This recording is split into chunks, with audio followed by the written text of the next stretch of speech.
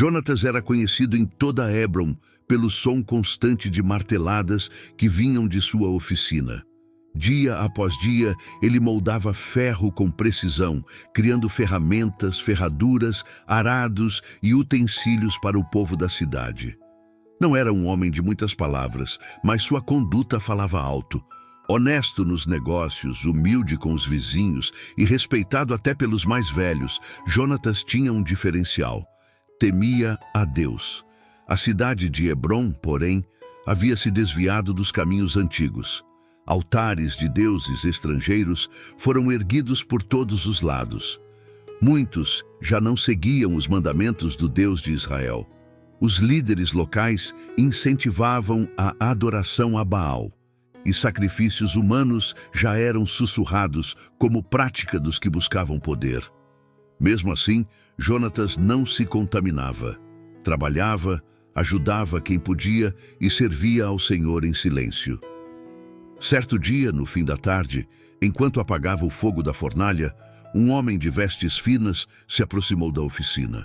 Era Zedá, conselheiro direto do governador. Sem rodeios, ele se apresentou. Jonatas, precisamos de 50 espadas. Baal exige que seus guardas estejam prontos para o festival da próxima lua cheia. O governador indicou você. Jonatas olhou diretamente nos olhos do homem e respondeu com firmeza. Eu não forjo armas para deuses mortos. Meu martelo não serve ao engano. Zedá o encarou em silêncio por um momento. Então falou, você é um homem habilidoso, mas se recusar a servir o governador, será considerado traição.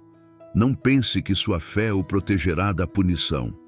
Prefiro enfrentar homens do que desagradar ao Deus vivo, respondeu Jonatas.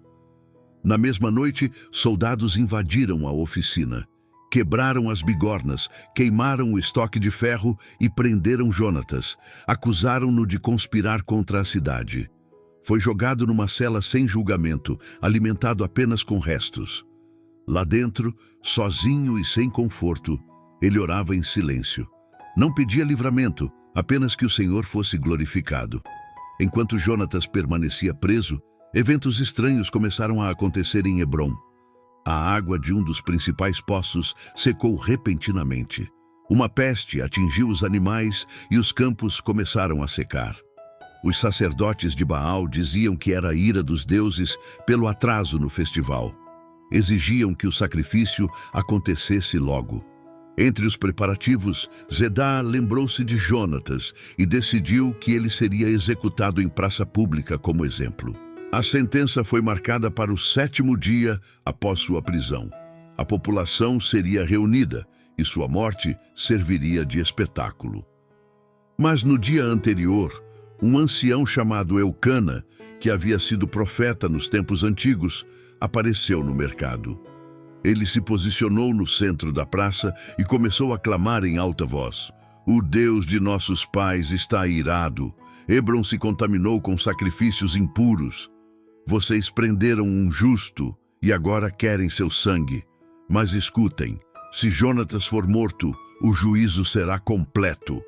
Ninguém sabia de onde Eucana viera. Muitos pensavam que estava morto há anos. Alguns zombaram, mas outros começaram a temer. Na manhã da execução, nuvens negras cobriram os céus. Raios começaram a cair ao redor da cidade. Quando Jonatas foi levado à praça, os trovões eram tão intensos que os soldados hesitaram. Zedá insistiu. Façam o que foi ordenado. Um trovão não é um deus. Mas assim que ergueram a espada sobre Jonatas, uma rajada de vento varreu a praça e uma das colunas do templo de Baal caiu ao chão. A imagem de pedra do deus se rachou e partiu em dois. O povo gritou. Os guardas recuaram. Eucana apareceu de novo e gritou. Eis o sinal!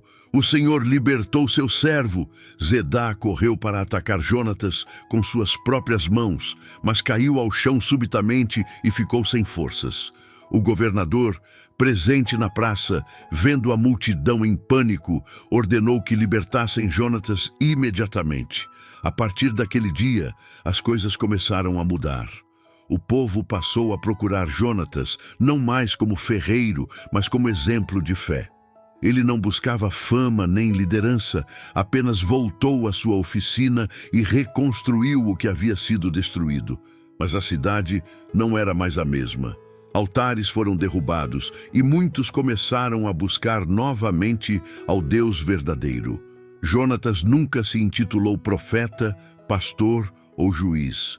Dizia que era apenas um homem que ouvia a voz de Deus e tentava obedecer. Recusou ofertas de posição, recusou salário do governador, recusou todos os que tentaram usá-lo para formar um novo sistema religioso. Ele apenas ensinava o que sabia, que Deus é justo, santo e ouve o clamor dos fiéis. Com o passar dos anos, Jonatas ficou conhecido por todos como o homem que não se curvou. Crianças eram ensinadas a respeito da sua coragem e viajantes vinham à sua oficina só para vê-lo. Ele não contava sua história com orgulho, sempre dizia: "Eu só fiz o que qualquer servo deveria fazer." Permanecer de pé quando todos se ajoelham é o mínimo diante de um Deus tão grande. Quando morreu já velho, sua morte foi chorada como a de um rei.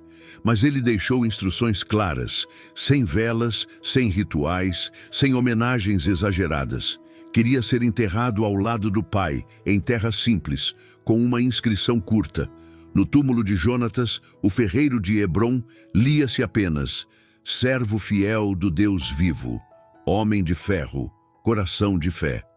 E por gerações, seu nome foi lembrado como exemplo do que é resistir ao mal sem precisar de espadas e confiar em Deus mesmo quando tudo parece perdido.